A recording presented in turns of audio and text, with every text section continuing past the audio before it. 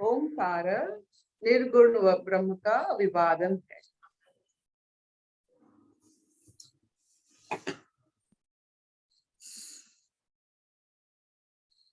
जैसे सगुण ब्रह्म का नमस्कार अभिवादन होता है, हम एक दूसरे को सगुण ब्रह्म है मिलते हैं तो नमस्कार करते हैं। चाहे पहाड़ को, पेड़ को, पंछी को नमस्कार, गाय को, हमारे नमस्कार करने का एक ही मतलब होता है, नमस्कार का एक ही मंत्र होता है, सगुण ब्रह्म को अभिवादन कर।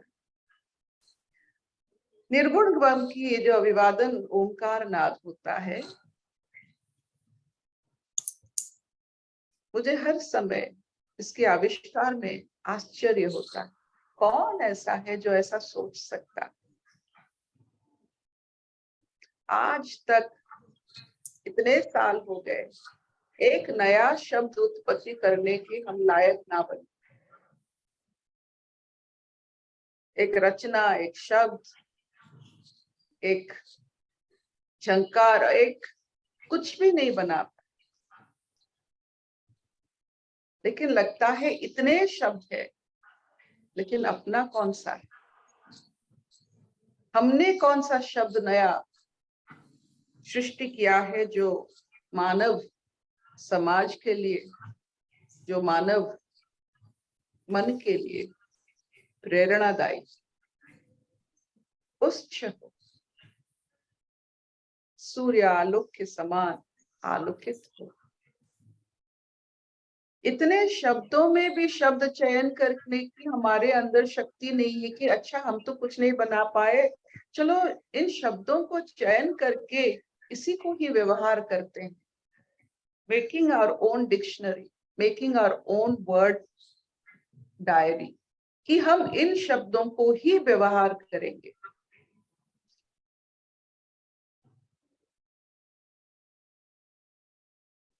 शब्द की महिमा पराकाष्ठा वही लोग जानते हैं जो प्रेरित होते हैं, प्रेरणा देते हैं।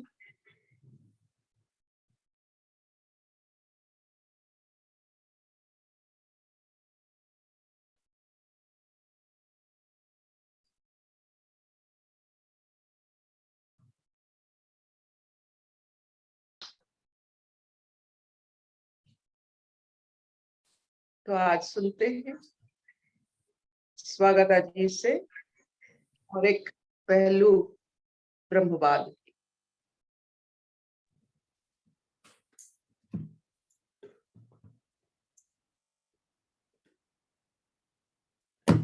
हरिओम अर्पिता, सभी को मेरा हरिओम।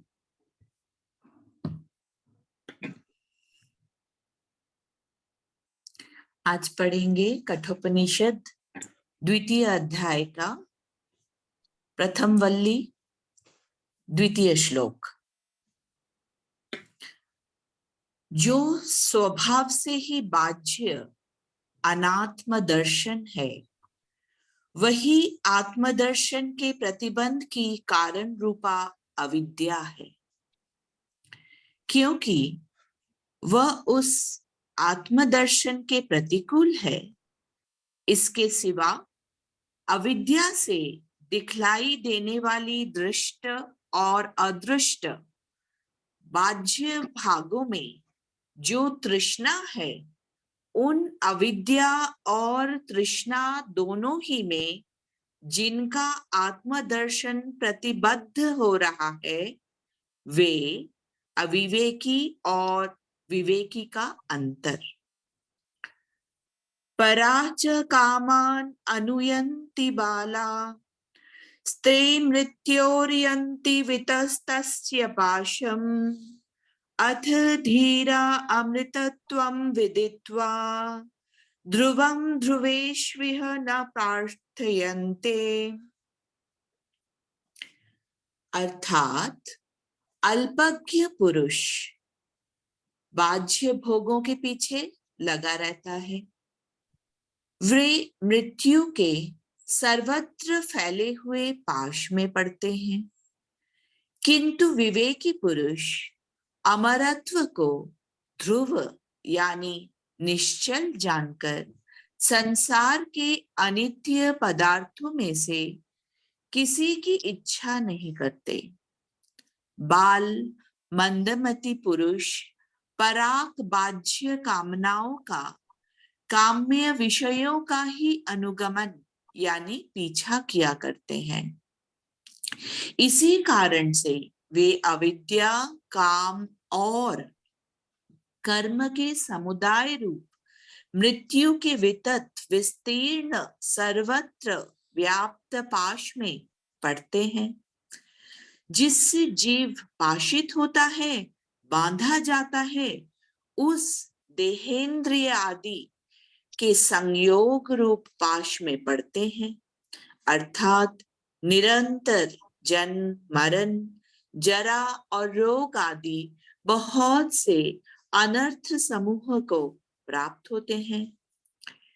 क्योंकि ऐसी बात है, इसलिए धीर विवेकी पुरुष प्रत्यगात्म स्वरूप में स्थित रूप अमृत तत्व को ध्रुव निश्चल जानकर देवता आदि का अमृत तत्व तो अध्रुव है, किंतु ये प्रत्यगात्म स्वरूप में स्थित रूप अमृत तत्व ये कर्म से न बढ़ता है न घटता है, इस उक्ति के अनुसार ध्रुव है।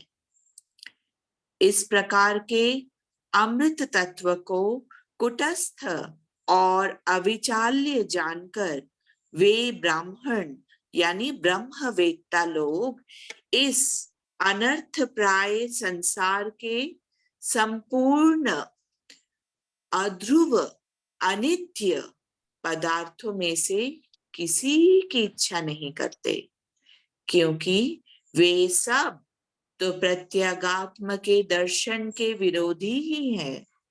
अर्थात वे पुत्र, वित्त और लोकैष्णा से दूर ही रहते हैं। हरिओम।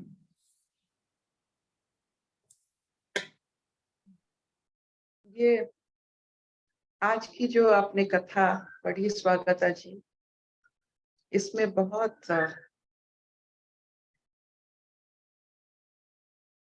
स्नेह है और बहुत कोमलता इसमें है। अपने आप को अमर मानना और अपने आप को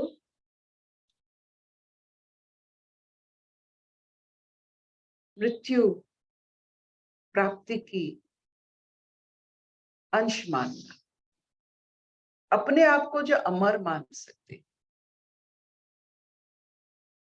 ये नींबू की बात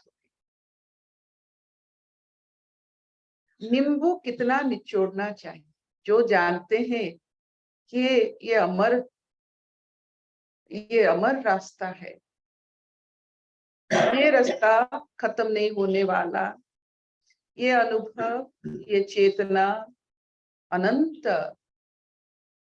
भाव में जो रहते हैं, वो अपने नींबू को कितना निचोड़ेंगे।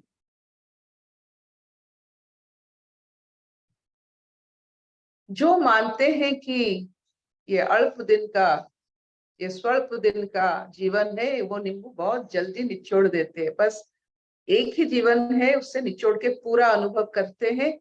पूरा निचोड़ने के बाद जब वो कैसा लगता है, पितर हिंदी कौन कड़वा, ये नींबू निचोड़ने की बात है। कौन नींबू को आप कैसा मानते हैं, इसको ठीक से थोड़ा थोड़ा निचोड़ते हो अपने आप को अमर मानकर,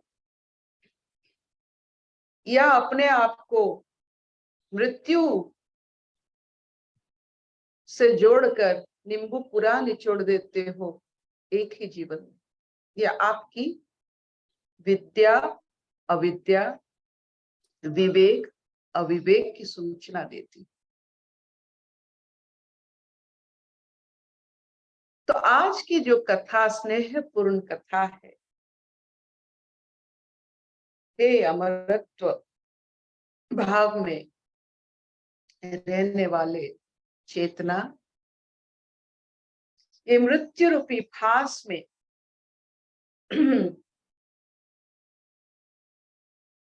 विद्या आपको अमरत्व प्राप्ति करवाएगा।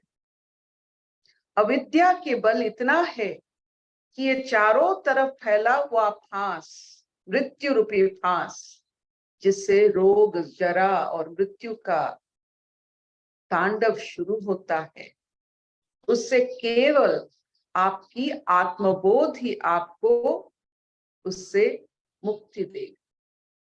और इस आत्मबोध ऐसा बोध है, ये एक बोध है। बोध मतलब आपकी वजूद है, बीइंग, बिकमिंग। जैसे आकाश बीइंग है, बादल बिकमिंग है। तो आपका जो वजूद है वो शरीर नहीं है, आपकी अनुभूतियों से, विद्या से बना हुआ आपका जो सूक्ष्म वजूद है वो अमर है। आप जितने जितने आपकी ये बीइंग को, आपकी वजूद को आप समझेंगे, आप अपने इस संसार में क्या, सहस्र संसार में भी आपको कोई फर्क नहीं पड़ने वाला है। ना मृत्यु है ना जीवन है, बस आपका वजूद है, योर कॉन्शियसनेस।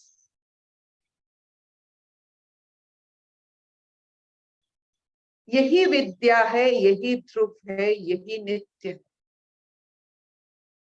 यही कुटस्थ है कि आप जैसे हैं वैसे रहेंगे, चाहे शरीर को लोग क्या कहते हैं आपको पता नहीं, यौवन में है पता नहीं, कुछ पता नहीं आपके शरीर के बारे में। आप कुटस्थ है, जहां रहना चाहिए वहां ये शरीर प्रकृति के साथ मिलकर क्या कर रहा है आपको इसका कोई संदेश नहीं पहुंचता है आपकी कॉन्शियसनेस तक, योर बीइंग। आप अगर यहाँ कुटस्थ हो गए, कॉन्शियस में कुटस्थ हो गए, वहां ठहर गए, तो जरा मृत्यु रोग ये किस बला का नाम है आपको पता ही नहीं चलेगा।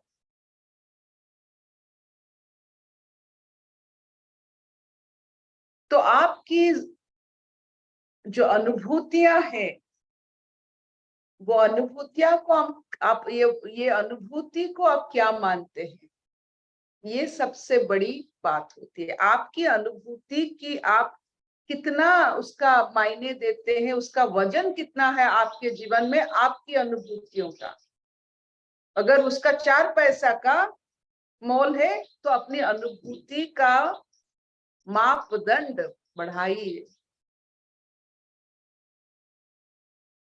अगर आपकी अनुभूति किसी की सुनने की भी लायक नहीं है तो वो अनुभूति अमरत्व प्राप्त नहीं कर सकता है।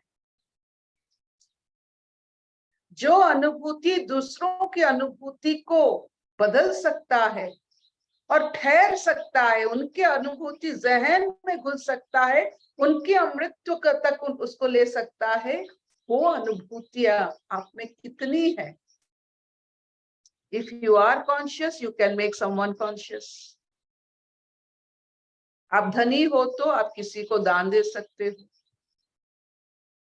आप कॉन्शियस हो तो आप किसी को कॉन्शियसनेस दे सकते हो, आप अमर हो तो किसी को अमर करवा सकते हो। आप अगर मृत्यु की तरफ दौड़ रहे हैं तो सबको मृत्यु तक आप ही लेके जाओगे। आप मृत्यु को मानते हो तो आप सबको मृत्यु तक लेके जाओगे, जो जिसको मानता है वहां तक तो लेके जाता है। ये बहुत अच्छा मंदिर है, चलो हमारे साथ, सब चलते हैं आपके साथ। आपका विश्वास हजारों का विश्वास बन जाता है। आप मृत्यु को मानते हो तो ये आपकी सोच है। लेकिन जो अमरत्व को मानते हैं वो जीवन में, इस संसार में ऐसे चलते हैं, नींबू बहुत कम निचोड़ते हैं, क्योंकि वो जानते हैं बहुत निचोड़ देंगे तो मृत्यु की ओर जाना पड़ेगा।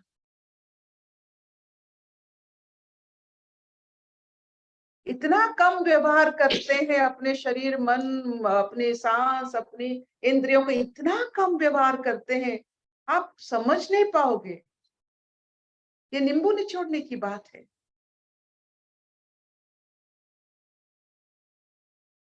तो नींबू यहाँ कड़वाहट ऐसा इसीलिए है कि हम अपने जीवन को मृत्यु तक ही देख सकते हैं, अमरत्व की अनुभूति नहीं है, मानते भी नहीं है, सोचते हैं यही की जन्म है, जो करना है इसी जन्म में करना है, नींबू को जोर से निचोड़े। और ये जो कड़वाहट हमें मिलती है वही हम प्रसाद के तौर पर सबको बांट के चले जाते हैं कि संसार कड़वा है। एक ही सोच से ये बनता है कि जो अपने आप को अमर नहीं मानते, जो इस अपने आप को अमर नहीं मानते हैं, वो ये पृथ्वी को नष्ट करके जा रहे हैं। इसको मारा, इसको तोड़ा, इसको कहा कि एक ही जन्म में जो करना है, यहाँ जो लेना है, जितना पैसा रोजगार करना है, सब एक ही जन्म, नहीं, आपको फिर आना पड़ेगा। तो बी केयरफुल।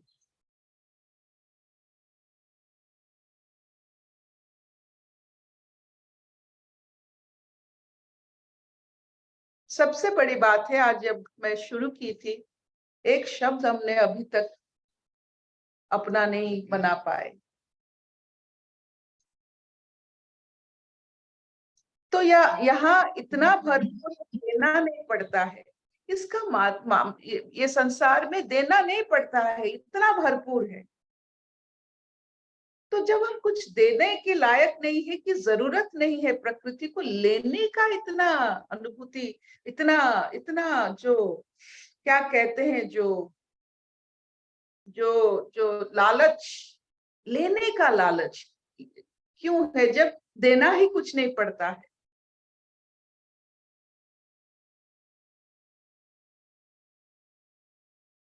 आपने कभी किसी कहीं दिया है कुछ? तो लेने का क्यों इतना हमारे अंदर, इतना जो तृष्णा है? यही तृष्णा मृत्यु की तृष्णा है, मृत्यु का आवाज है आपकी ये तृष्णा लेने का।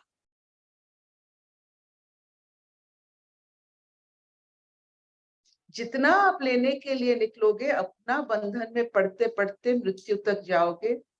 और मृत्यु आपको फिर एक, क्योंकि वो बहुत कोमल है, सत्य है, बहुत सुंदर है, वो फिर आपको और एक बार फिर वो खेल खेलने के लिए छोड़ेगा, और एक नया शरीर देके चलो खेलो, हो गया। फिर एक नया शरीर, एक नया जन्म, एक नया माता पिता, नए कुल, नए गोत्र, सब देके फिर चलो इसमें खेलो।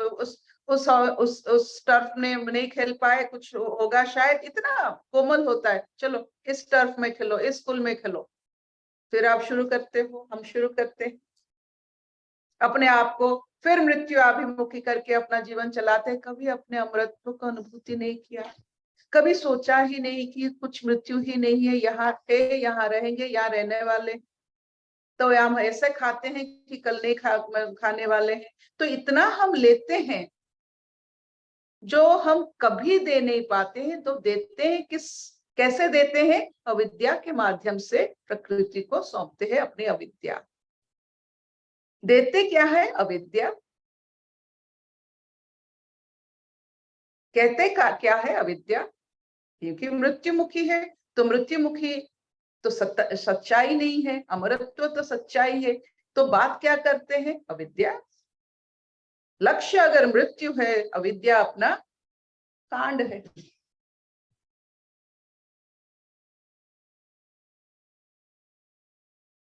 तो हे आत्मबोध, ब्रह्म भाव से निर्लिप्त होने वाले प्रत्येक जीव, प्रत्येक अणु परमाणु अपने अमरत्व को मानते हैं, लेकिन ये इंसान जिसको अनुभूति के हिसाब से अमरत्व प्राप्ति होती है, वो अगर ये सच्चाई को, सत्यता को नहीं मानेंगे तो कोई बात नहीं, आपको मृत्यु की फांस बार बार यही अनुभूति देने के लिए बार बार आपको ऐसे जीवन मृत्यु के चक्कर में पढ़ना तो है, अच्छी बात है, चक्कर में पढ़ेंगे तो बहुत सारी अनुभूतियां होगी, इट्स वेरी नाइस, लेकिन कब तक? प्रश्न होता है कब तक? कब तक भय, कब तक द्वंद? आलोकमय दुनिया में कब तक अंधेरे जैसा अपने आप बनाकर, कोठरी को बंद करके अंधेरे में रहकर सब समय अंधेरों को ध्यान करते हुए सबके जीवन में अंधेरे खोलेंगे? कब तक? जो सच्चाई नहीं है, कब तक? असत्य पथ में, असत्य भाव में कब तक चलेंगे? कब तक मानेंगे कि हम सब मृत्यु मुखिया है, हम मृत्यु ही सच्चाई है? कब तक? ये आपके ऊपर निर्भर करता है, आपकी विद्या के ऊपर और आपकी जो चेतना आपकी चेतना की। यहाँ देखिए ना, शरीर, इंद्रिय, मन, ये तीन चीज जब आपकी अनुकूल हो जाते हैं, आपके प्रति, आपके लक्ष्य के हिसाब से, ये तीन देवियां ये आपकी अनुकूल हो जाते हैं, तो आप अमरत्व प्राप्ति करते हैं। शरीर और इंद्रिय और मन अनुकूल है तो आप अमरत्व की प्राप्ति करते हैं। ये प्रतिकूल हो जाते हैं तो रोग, जरा और मृत्यु का दंड प्राप्त करते हैं। मृत्यु तो सुंदर है, ट्रांसफॉर्मिंग है, ईश्वर है, शंभु है, लेकिन उसका दंड, कैसा दंड? मृत्यु तक जब आप ऐसे कर्म करते हैं कि आपको मृत्यु तक जो जिसे कहते हैं खींच कर आपको लेना पड़ता है। आपने देखा है यम के पास एक वो क्या कहते हैं, वो एक जिसमें गले का फंदा बनाते हैं, उसको खींच कर, वो खींचा, हाँ, जो कहते हैं वो खींचाई, वो सबसे बड़ी। क्यों आपको ऐसा दंड मिलता है? मृत्यु का दंड मृत्यु से भयंकर है। मृत्यु भयंकर नहीं, मृत्यु is the most highest level of achievement.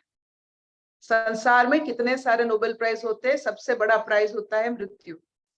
आपने क्या मिला? मृत्यु मिला, लेकिन मृत्यु दंड ना मिले, वो खिंचाई ना मिले आप। यहाँ मृत्यु के सिवा और बड़ी प्राइज कुछ नहीं। तो जो मरते हैं, they get the highest prize of the universe. तो ये दंड बहुत कठिन होता है। Will this do?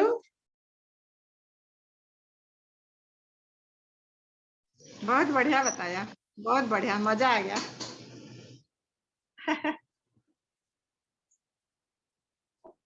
आज सब बहुत प्रफुल्ल दिख रहे हैं क्योंकि नींबू पूरा कड़वा, नींबू का जो जाना, नींबू निचोड़ने का जो एग्जाम्पल दिया ना, जो क्या कहेंगे इंग्लिश में उसको,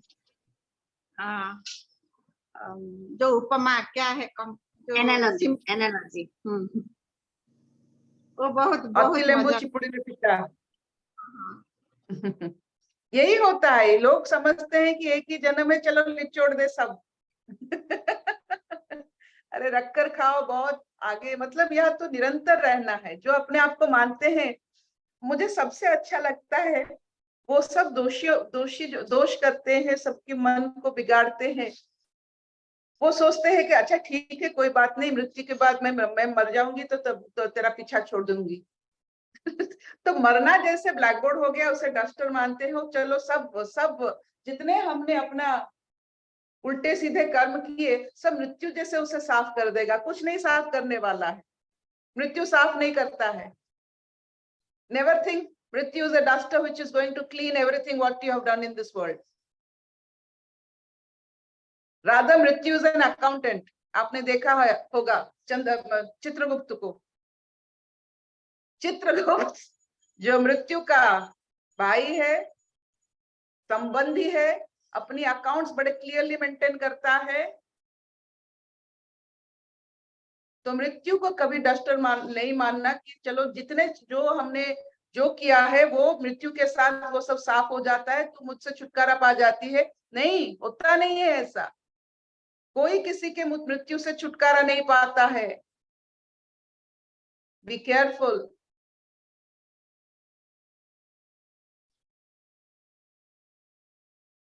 तो जब आप मान लेते हो कि हमको यही रहना है,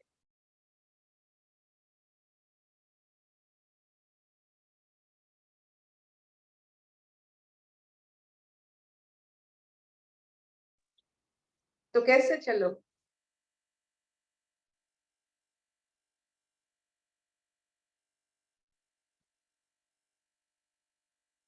think think think.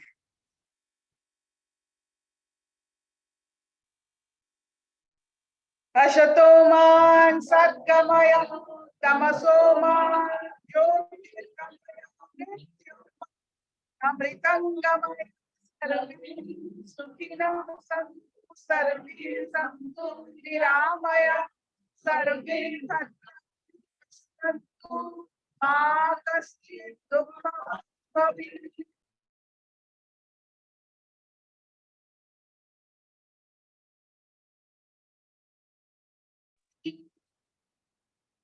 So this finishes the class.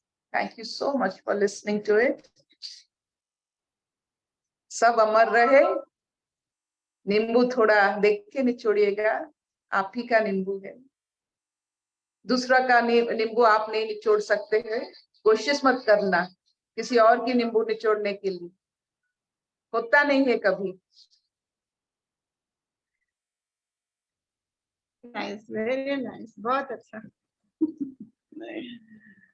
बहुत बढ़िया, थैंक यू धनु, थैंक यू। वैशाली बहुत खुश है, तो क्या बहुत मस्त है आंटी।